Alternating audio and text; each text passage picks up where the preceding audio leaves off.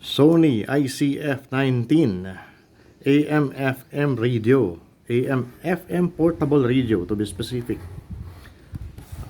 Ayan, gawa ng Sony, so you can expect high quality. So wala kang maipipintas pagdating sa aesthetics niya, napakaganda. Ayan. Meron siyang antena na kung gusto mo makinig ng FM, at ito ay 360 degrees, masuswivel mo at telescoping siya. Tapos hindi mo naman kailangan gamitin to pagka itong antena na to, no? Pag makikinig ka ng AM, dahil pag AM iba ang ginagamit niyang antena eh. Pag AM, built-in yung antena nito, nasa loob. So hindi mo kailangan buksan. So makikita mo madaling basahin ang kanyang tuning dial dahil napakasimple. Nasa kulay puti siya, ang background niya puti, tapos itim ang mga numero na nakalagay dito. So ito ang kanyang on-off switch. Dito ka na rin mamimili kung AM o FM ang gusto mong pakinggan. Ito ang kanyang tuning dial. Ito naman ang kanyang volume control. At kung gusto mong makinig na hindi mapapakinggan ng iba, wala kang may istorbo, personal listening, may option ka na gumamit ng earphone or headphone dahil meron siyang input para doon. Tapos ang battery nito, papakita ko sa inyo. Ayan, no. Magamit siya ng malalaking battery, yung D, yung size D na batteries, tatlo. And ang explanation doon bakit malaki ang ginamit ng Sony para dito is because wala itong capability to use electricity. So this is a purely battery operated portable radio. Yung on ko, testingin natin.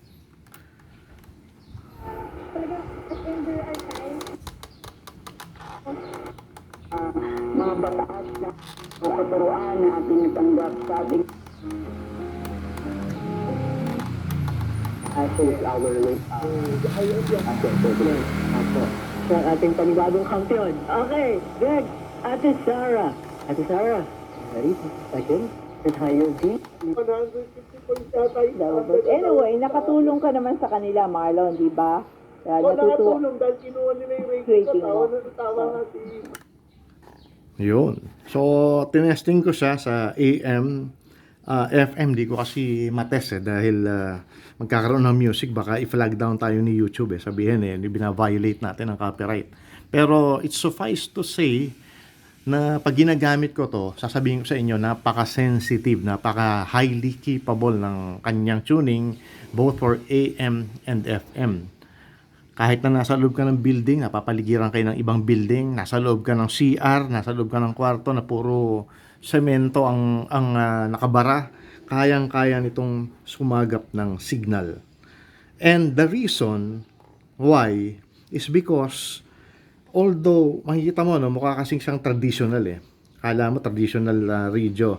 Actually, ito ay hybrid. Ang pinakapuso nito, pinakamakina nito na sumasagap ng signal ng mga radio station ay digital. So meron itong DSP unit sa loob, meron digital signal processing unit. Ang ginawa lang ni Sony para maging traditional lang itsura niya, ginamitan niya ng analog tuning. So actually ito ay hybrid. And maraming benefits yun. Unang-una dahil ang kanyang pinaka-machine, tuning machine, tuning heart is digital. Una, matipid sa baterya. At gaano siya katipid? According sa Sony, kung makikinig ka sa AM radio at 50% volume at gumamit ka ng alkaline batteries, pwede mo siyang i-on ng walang patayan for 144 hours. So, translated to number of days, that is around 18.3 days. So, ganun siya katipid. Pangalawang advantage na digital ang kanyang tuning is yung sensitivity. Napaka-sensitive. Kayang-kaya niya sumagap ng signal kahit na malayo yung radio station at maraming nakabara para umabot sa yung signal. Kahit may mga puno, may mga building. Yun ang Ang drawback na nakita ko lang dito, Dahil ito nga ay hybrid, pag sinutune mo siya, hindi siya kasing smooth nung kagaya nung sa purely analog or purely traditional radio. Ito medyo maganit eh. Hindi siya smooth, hindi siya masarap ipihit. Pero makakasanayan mo rin. So, dapat dahan-dahan lang. So, sensitive siya. Kasi nga, hybrid siya eh. Ginawa lang ng paraan to ni Sony na maging analog ang tuning dial. Pero, digital talaga to. Itong radyo na to. So, ginawa lang hybrid ni Sony. So, ang bigat nga pala nito is, kung kasama yung battery, 3D batteries, is more or less 1 kilogram. Tapos ang kanyang tingnan natin gaano kalaki, Hindi naman sobrang laki to, tama lang ito for a portable radio eh. So ang haba niya, okay, mula dito sa dulo, hanggang doon sa may tuning is around 22 centimeters. Yung lapad niya is about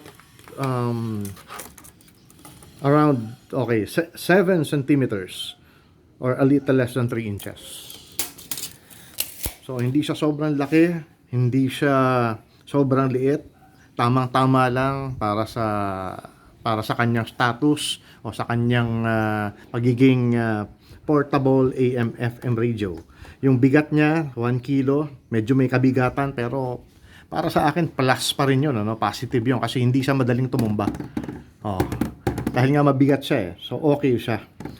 By the way, pwede kang maglagay dito ng may kasama ito actually na nylon na hawakan eh. Hindi ko lang ikinabit. But hindi ko kinabit kasi parang storbo eh. Tsaka madali naman siyang hawakan dahil nga dito sa likod nito, ayan, meron siyang notch. Madali siyang i-pick up. Kahit na pa ganyan, madali. Hindi naman siya dudulas eh. Yan. Maganda yung tunog niya dahil malaki yung speaker niya. Kahit makinig ka dito ng buong maghapon, hindi sasakit ang tenga mo. Hindi shrill ang tunog niya. So, makinig ka ng voice, meaning yung mga talk show program sa radio, okay lang. Makinig ka ng music, okay rin lang. So, that's it. That's my quick review for this very capable, highly sensitive, hybrid portable AM/FM radio from Sony. This is the Sony ICF-19. And kung itatanong ninyo kung magkano to, tiningnan ko ito sa Lazada and Shopee. More or less, it will cost you right now, kung bibili ka ngayon, around 1,700 pesos to around 2,000 pesos. Depende kung saan mo, kung sino yung seller, kung kanino ka bibili. And kung mahilig kang makinig ng radyo, ito yun. Panalong-panalo ka dito. Hindi mahal yung presyo na ibinigay ni Sony for this highly capable and beautiful portable radio. So that's it. That's my quick review for this radio. Thank you for watching.